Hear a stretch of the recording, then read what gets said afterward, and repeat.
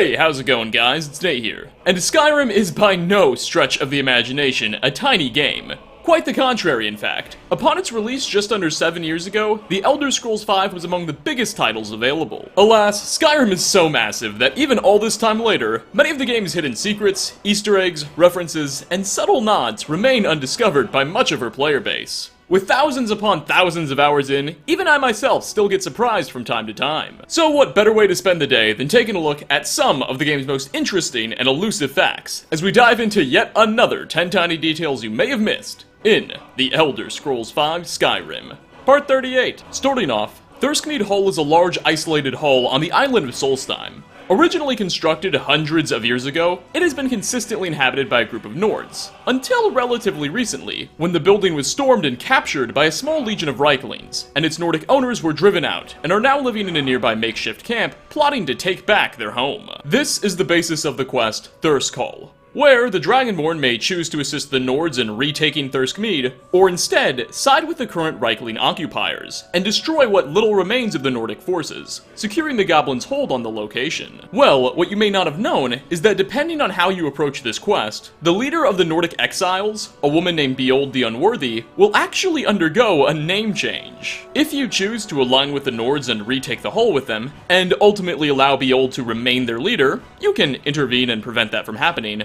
Her in-game name will change, from Behold the Unworthy to Behold the Intrepid. Intrepid, of course, means bold or fearless, and she'll keep this new title for the remainder of the game. Apparently, she's won back the respect of her peers, or perhaps even herself, and she has you to thank for it. Next on our list, perhaps Skyrim's most scandalous piece of literature, The Lusty Arconian Maid, is easily a book name that most players will recognize. It tells the tale of a, well, lusty Arconian maid, and is sort of Skyrim's equivalent of the real world's 50 Shades of Grey, if that makes any sense.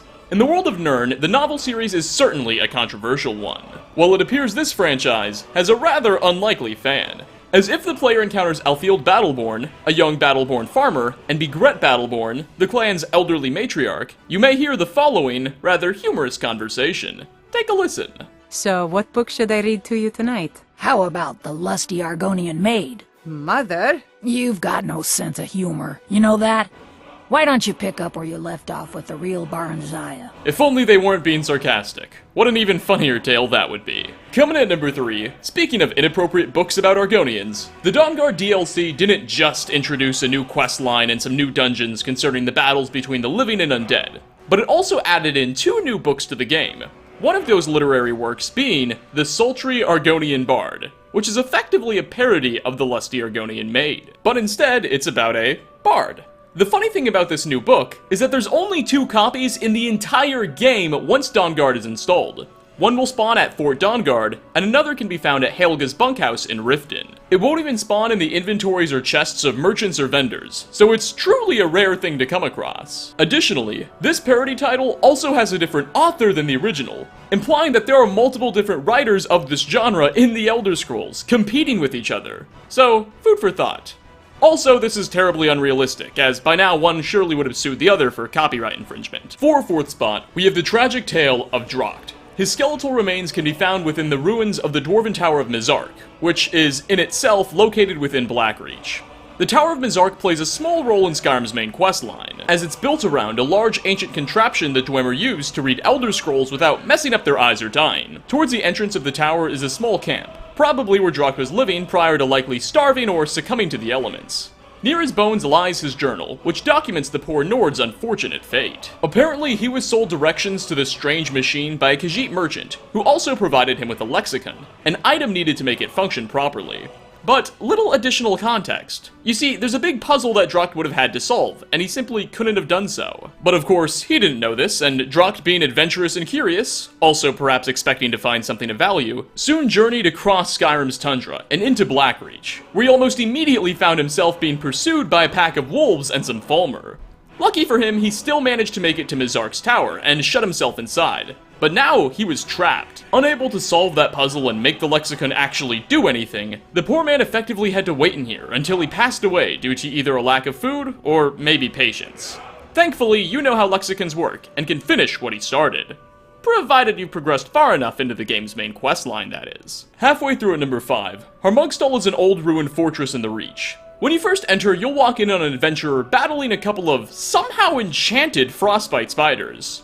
Once you help him defeat the arachnids, the warrior will pretty much tell you that spiders are just too spooky for him, before running away. You'll be left to clear the dungeon and figure out what's happening.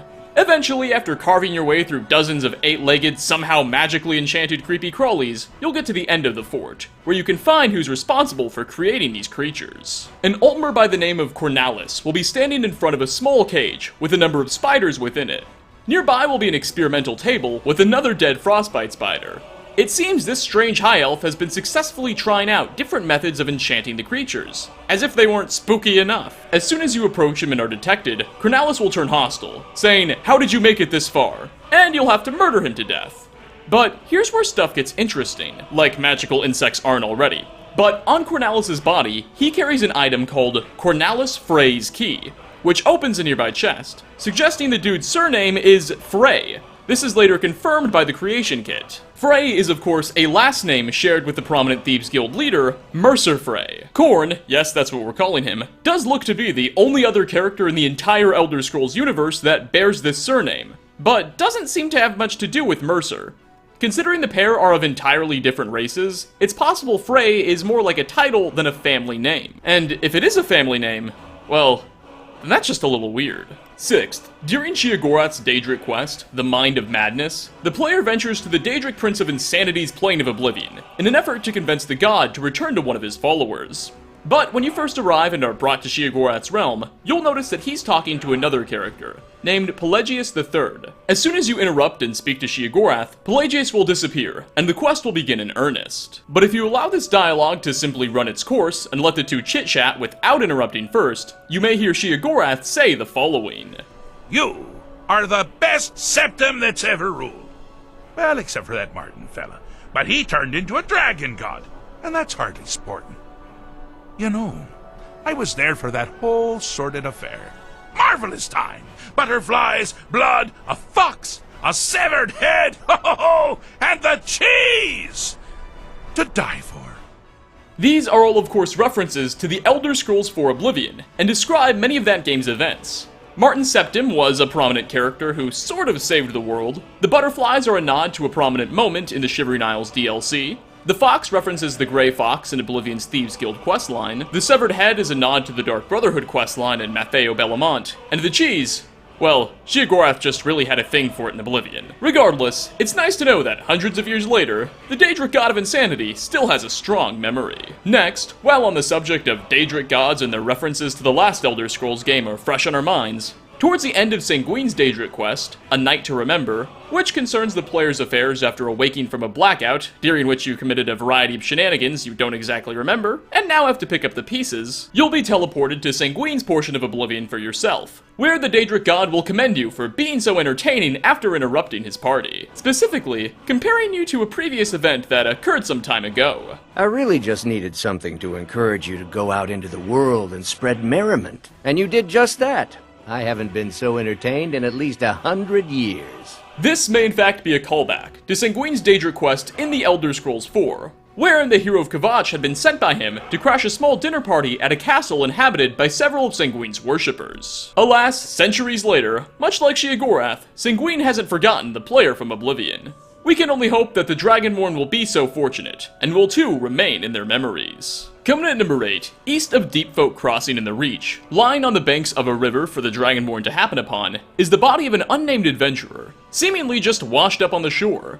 Already this is rather mysterious. The remains show no sign of a struggle or trauma, and it's unclear why this poor fella would just willingly go swimming, considering they're in clothes. Though this is an adventure, maybe they were just feeling a bit adventurous, or just happened to drop dead right here. But it gets even weirder. On our inventory, alongside a healing spell tome, will be a copy of the book The AETHERIUM Wars, which proposes the theory that Dwemer society collapsed due to a war over a magical resource known as AETHERIUM. There's actually an entire quest centered around this book that begins whenever you open a copy, though copies can be found just about anywhere. So why did this girl happen to have one? Her close proximity to Deepfolk Crossing, again a dwarven ruin, may seem to hint at the possibility that she could have been a researcher, perhaps trying to prove or disprove the suggestions of her book. Her carrying of a healing spell tome also lends credence to this theory, as unless you plan on doing some healing or are selling it, there's no real reason to carry one of these around. So she could have expected some action. No matter, if she was out to learn more about the Aetherium shards, it would look like this woman didn't get very far. You'll just have to finish what she started. Getting close to the end here at number 9, Elgrim is the owner and proprietor of Elgrim's Elixirs, a small alchemy shop located on the lower levels of Riften's Canal. He runs a store with his wife Halfjorg and apprentice Ingun Blackbriar. Yes, that kind of Blackbriar. When he and Ingun are together in the same room, it's possible to overhear Elgrim scold her for a mistake. Take a listen. Ingun, you clumsy fool! You've tainted our entire supply of painted troll fat! You have no idea how hard that was to get! I'm sure my mother can compensate you for it. I'll draft a letter to Writhe. If you could have it sent to Shadenall for me, that would make up for your blunder. I'll make sure it's sent right away. That painted troll fat mentioned is actually a nod by Bethesda to an ingredient that was featured in the Elder Scrolls IV Oblivion, but can't be found in Skyrim. Furthermore, if you ask Elgrim why he chose to set up shop in Riften's Canal Zone so far away from the markets, he'll again bring up painted troll fat. Well, the moisture in the air is better for the ingredients. It isn't every day that you get your hands on fresh nirnroot or painted troll fat. I'm unsure why the ingredient didn't make another appearance in Skyrim, and I'm especially unsure why Bethesda decided to only reference it here with this one character. But I suppose that's just one more mystery. And finally, last on our list, we sail back to the island of Solstheim, where, east of the snow-clad ruins, near some rocks flanking a waterfall, is yet another curious set of human bones. Next to these calcified remains will be 3 apothecary satchels, hinting that this fellow was likely out gathering ingredients at the time they passed away. Or just fancied themselves as an alchemist. Like so many other no longer living bodies in Skyrim, how this person died is rather unclear. My best guess is that the poor guy must have slipped, fell, and hurt himself. This is near a slippery waterfall, and the body is positioned next to a slope. Though this is next to the snow-clad ruins, a literal werebear den. So it's also possible that foul play could be responsible. And what was this person doing looking for ingredients all the way over here? It doesn't seem to make a lot of sense. Whatever the true story behind here is, only the calcium knows, and the calcium isn't talking. But with that, we are going to wrap up yet another 10 tiny details you may still have missed in The Elder Scrolls V Skyrim Part 38. Thanks for watching, everyone. Which of the things featured on this list did you find to be the most surprising or interesting? And what little Easter eggs, references, or hidden secrets do you know of that I've yet to cover in the series? Leave a comment down below. Trust me, I appreciate that. But as always, like ratings are very much appreciated. Again, thanks for stopping by, and I hope to catch you all in my next video. Peace out, everybody.